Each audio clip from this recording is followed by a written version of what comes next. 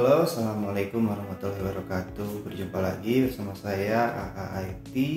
Oke, kali ini saya mau men-share sebuah informasi. Kemarin kita sempat mengadakan Google Meet ya, karena ada beberapa kendala sehingga saya tidak bisa mengolah video tersebut dan menayangkan ulang pada YouTube AAIT. Oleh karena itu saya rebuild atau membuat video baru perihal sosialisasi Program Indonesia Pintar tahun 2021.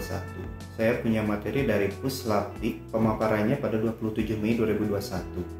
Ada sedikit penambahan ya. Pada saat kemarin saya mengikuti rapat di Hotel Prime Park ya, di Kota Bandung bulan Oktober lalu. Itu ada beberapa perbedaan sedikit.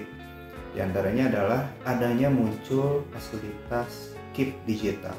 Ya, KIP digital ini adalah sebuah kartu Indonesia Pintar. Kalau yang biasanya selama ini mungkin ibu bapak atau siswa-siswi memiliki KIP itu berbentuk kartu ya, seperti KTP atau KIA. Sekarang ini Puslapdik bersama Kemendikbud mengeluarkan sebuah fasilitas baru dan terobosan baru, membuat KIP digital. Ya, dari namanya digital berarti kartu ini berupa kartu online, di mana kartu ini bisa digunakan oleh kita semua. Si pemilik kartu Indonesia Pintar Digital ini adalah siswa-siswi yang masuk kepada kriteria.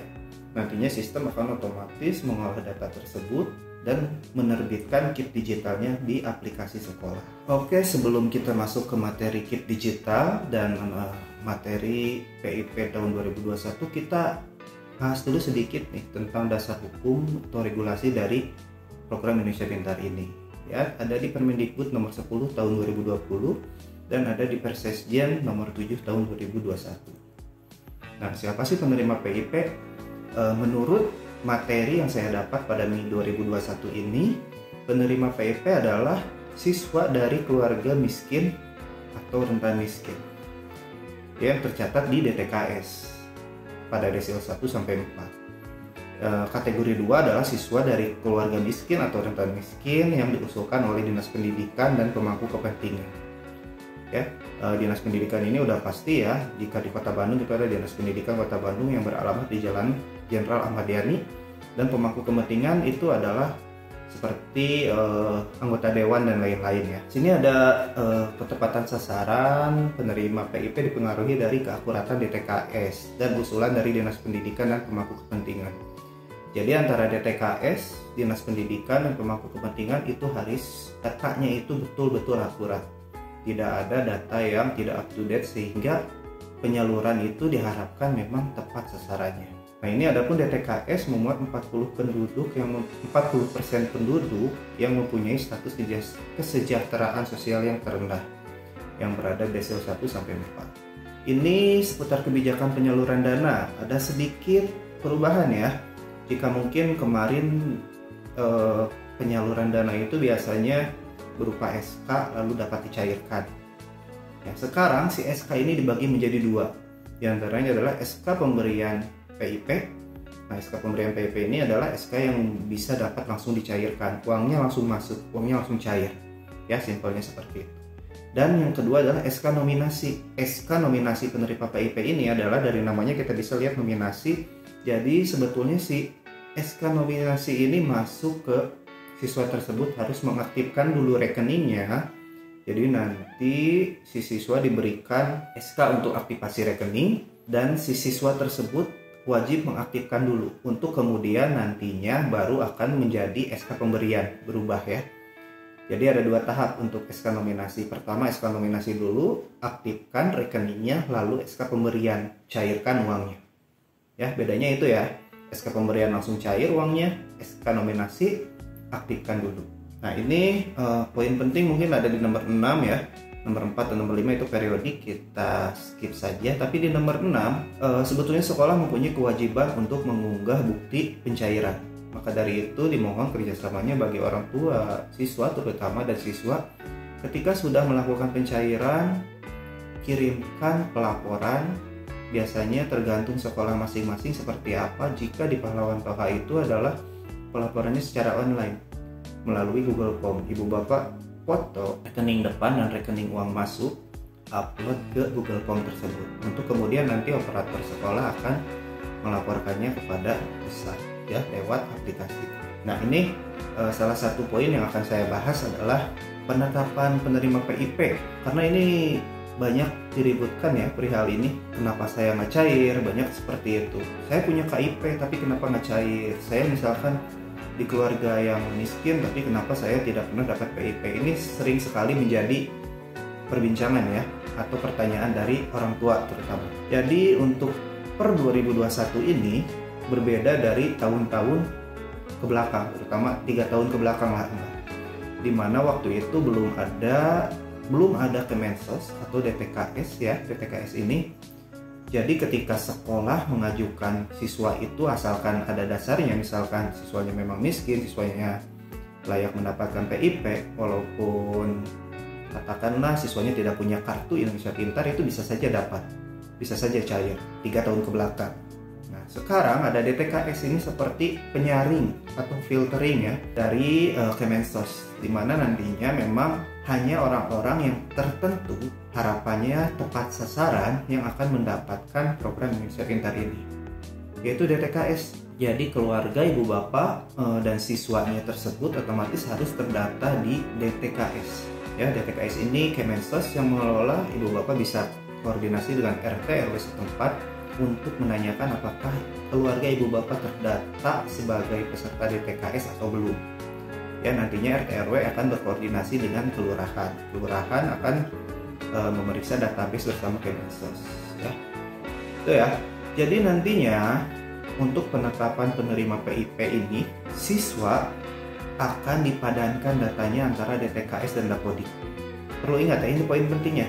Jika siswa terdata di DTKS dan Dapodik, ini kemungkinan akan ditetapkan sebagai penerima PIP, DTKS dan Dapodik.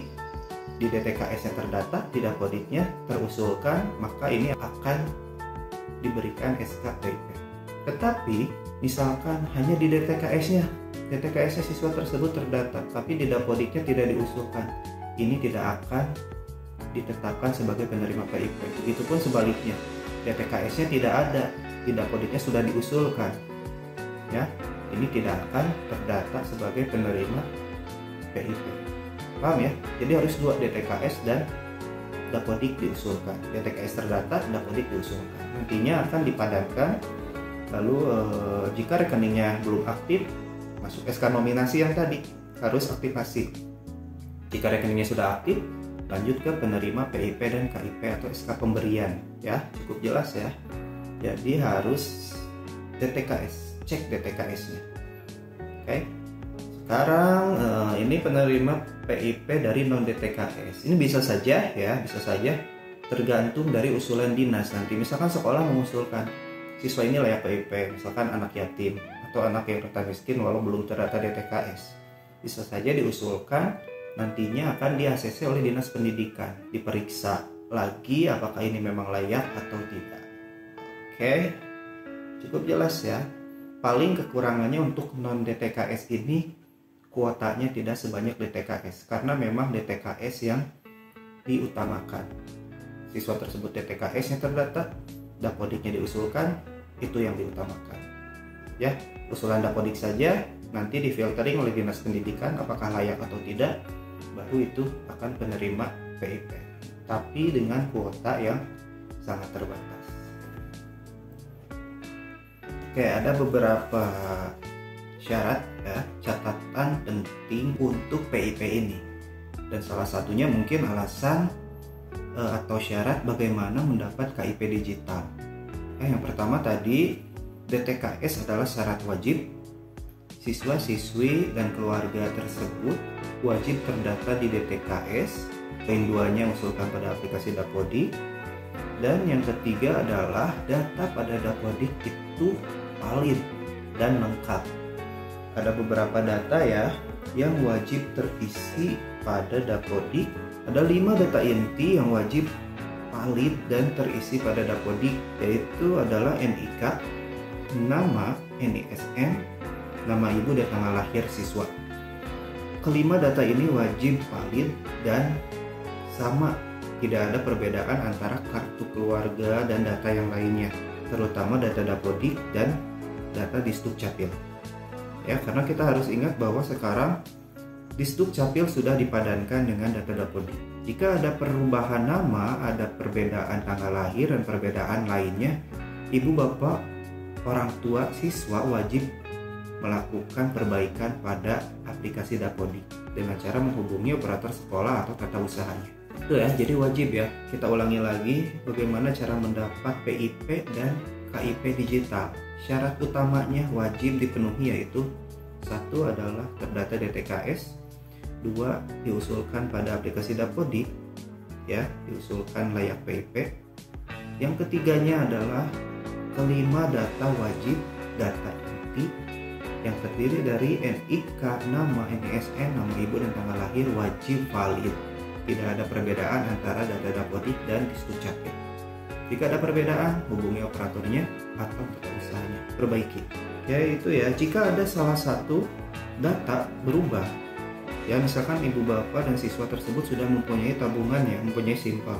Jika ada perubahan data tersebut, maka simpalnya atau kartu atau buku tabungannya itu otomatis akan ganti, nomor rekeningnya akan ganti jika ada perubahan. Tapi itu tidak masalah ya, jika memang datanya memang salah ya perbaiki, nanti ganti nomor rekening ya tidak masalah, yang penting tidak terhambat dalam penyaluran PIP-nya.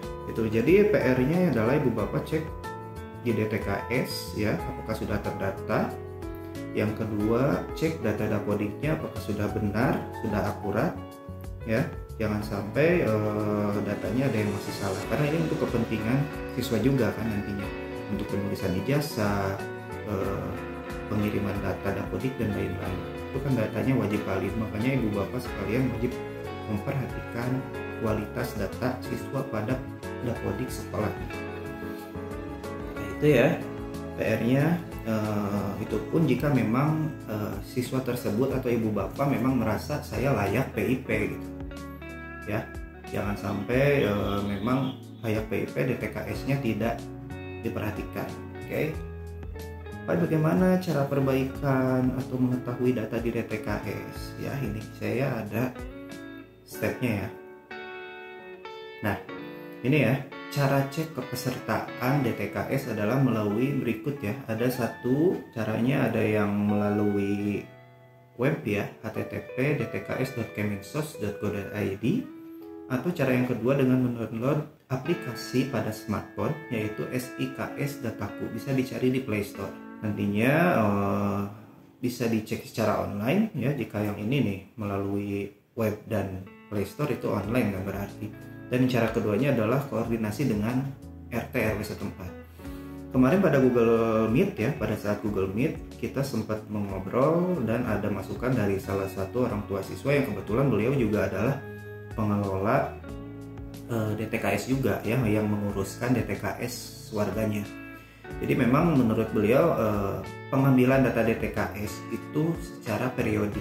Jadi tidak setiap hari tidak seperti itu. Orang tua bisa berkoordinasi dengan RT RW, yang kemudian nanti RT RW akan mengajukan keluarga, salah satu keluarga bila belum terdata DTKS ke kelurahan ya, yang nantinya di kelurahan itu akan diolah lagi, ada musyawarah desa dan kelurahan, lalu sampai ke camat, lalu sampai ke wali kota dan Kemensos dan lain-lain, hingga akhirnya nanti ditetapkan sebagai penerima DTKS. Oke, jadi tidak bisa langsung instan ya.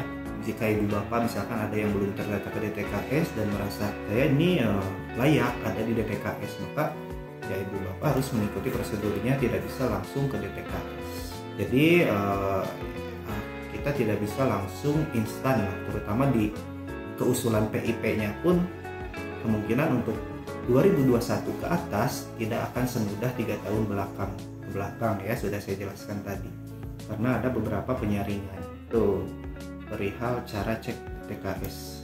Nah, berikut adalah contoh kartu digital ya, KIP digital. Nanti tampilannya seperti ini. Ibu bapak bisa mendapatkan KIP digital ini di sekolah aktif, atau jika memang siswanya misalkan kelas 1 SMP, kelas 10 SMK atau SMK, itu biasanya KIP digitalnya masih ada di sekolah asal. Jadi ibu bapak tinggal cek, hubungi sekolah asal jika siswanya masih kelas awal, kelas 7 atau kelas 10. Koordinasi ke sekolah asal, minta KIP digitalnya, lalu daftarkan di sekolah aktif. Paham ya? Jika siswanya masih kelas awal, kelas 7 atau kelas 10, hubungi sekolah asal, cek apakah terdata KIP digitalnya. Jika memang ada, langsung daftarkan ke sekolah aktifnya. Oke. KIP digital ini mungkin nanti bisa dicetak ya oleh masing-masing. Jadi sekolah yang mengeluarkan KIP digital ini kalau harus mencetak satu-satu agak repot kan. Paling nanti sekolah akan membagikan wali kelas, dari wali kelas akan dibagikan ke siswa-siswa yang layak itu, yang punya KIP digital. Oke. Lalu KIP digital ini perlu diketahui hanya berlaku untuk 1 tahun ya, dengan syarat memang siswa tersebut yang tadi datanya terdata di DTKS. Jika misalkan siswa tersebut tahun depannya terhapus DTKS ya, data di DTKS misalkan di bulan selanjutnya terhapus, maka tahun depan KIP digitalnya tidak akan terbit ya. Jika masih ada di DTKS yang terbit lagi. Tapi kalau misalkan di tahun keduanya tidak dapat karena terhapus di DTKS, di tahun ketiganya masuk lagi tuh ke DTKS ya, terdata lagi DTKS, maka nanti ya keluar lagi KIP digital. Jadi seperti itu ya, tidak seperti KIP yang selama ini ibu bapak atau siswa-siswi pegang. KIP itu yang kartu bisa terus berlaku kan, bisa terus dipakai, tapi kan itu masih rawan pemalsuan. Beda dengan KIP digital. Di KIP digital sudah dilengkapi oleh barcode ya. Jadi tidak akan mungkin ada pemalsuan, karena ketika kita melakukan scan barcode, pemilik aslinya yang akan keluar. Satu lagi mungkin pasti ada pertanyaan seperti ini, Pak, gimana caranya dapat kartu Indonesia Pintar Digital ini? Padahal saya misalkan layak ya, saya sebetulnya sebelumnya udah punya nih KIP, tapi sekarang kok KIP digitalnya nggak dapat? Jawabannya adalah ya kita harus cek lagi DTKS-nya ya, kembali lagi ke situ DTKS, cek data Dapodik, cek. Jika data itu sudah oke, kedua data itu sudah terpadankan, maka KIP digital pasti terbit ya, karena ini otomatis oleh sistem pada pusat. Itu mungkin pemaparan perihal PIP 2021 ya, yang barunya itu adalah KIP digital dan pengelolaan pada pemadanan antara DTKS dan Dapodik. Itu mungkin yang barunya. Jadi ya harus tetap up to date ya ibu bapak dan siswa-siswi. Jangan malu untuk bertanya. Jika memang ada yang mau ditanyakan, ibu bapak bisa WhatsApp saya ya, atau mention saya di Instagram, ada di 11 Aprian, atau tinggalkan di kolom komentar video ini. Nanti jika memang perlu pertanyaannya banyak, saya akan buatkan video khusus pertanyaan perihal PIP ini. Demikian dari saya. Sampai jumpa lagi di lain kesempatan. Saya Afrian Anggriana. Sampai jumpa.